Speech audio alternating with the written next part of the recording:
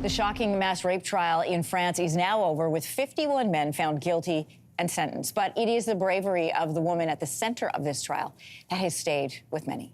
Gisele Pelicot waived her right to anonymity and demanded the trial be heard in open court and that her name be published because, as she said, shame must change sides, a call that is resonating really around the world. So joining us more on the wider significance of this case is Diane Lalonde. She's a researcher at Western University who focuses on sexual violence and gender equity. Good morning. Good morning. Thank you for having me. As we know by now, all 51 men accused in this case were convicted. 49 of those faced convictions for rape and 2 of sexual assault. Pelicot's ex-husband, Dominic Pelicot, sentenced to a maximum of 20 years. That's the most they could get for this. What precedent do you hope this sets for sexual violence cases? You know, Toronto Park started the Me Too movement in 2006 to bring to light how rampant sexual violence is. And we know in Canada that approximately 4.7 million women have experienced sexual violence. It's the only violent crime that is not on the decline. The significance of this case is that it challenges popular myths about sexual violence, that it occurs in unfamiliar places, that it's committed by strangers. This happened in her home, facilitated by her then husband, and was committed by community members. And it occurred over years with so many people involved, but nobody's saying anything. And this case is also so significant because of the phrase that you mentioned that Gisele Pelicot said, which was that she wouldn't be ashamed, because survivors of sexual violence in Canada often say that they feel blamed by the perpetrator, friends, family, services, especially with victim blaming questions like, what did she wear or do? And it contributes to why only 6% of sexual assaults are even reported to police.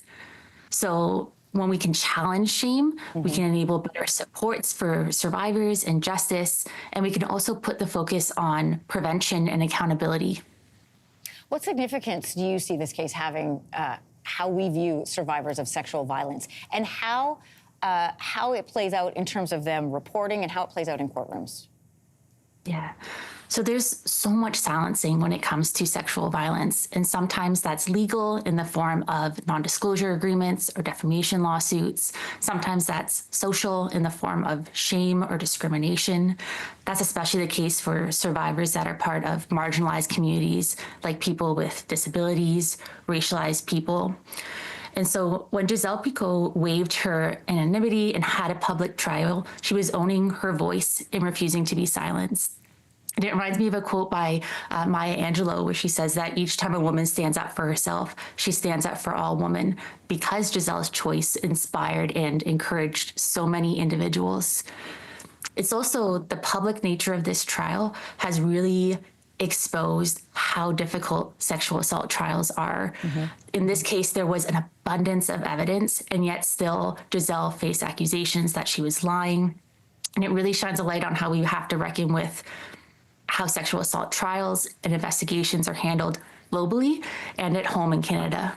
Well, let's talk about how they're handled home at Canada. What do we need to do here in this country? So I want to start by acknowledging that there are so many amazing survivor-led organizations in Canada, like Women at the Center, and the gender-based violence sector is already doing so much work to support survivors, uplift their voices. One thing that you can tangibly do, that all viewers can do, is support these organizations through volunteering and donations this holiday season. More broadly, what we need to see from government is accountability and action. And so one call from the gender-based violence sector, especially from the Women's Legal Education Action Fund, is for a gender-based violence commissioner. This is someone who can drive real systemic change in Canada. And you could support that effort by reading their report, Leaf's report, and telling your MP to do the same. Yeah, accountability behind the suggestions is always the call and really the most important step. Diane, thanks for your time today. Thank you. If you liked that video, make sure to subscribe to the Your Morning YouTube feed, where you can find all kinds of new content posted every weekday morning.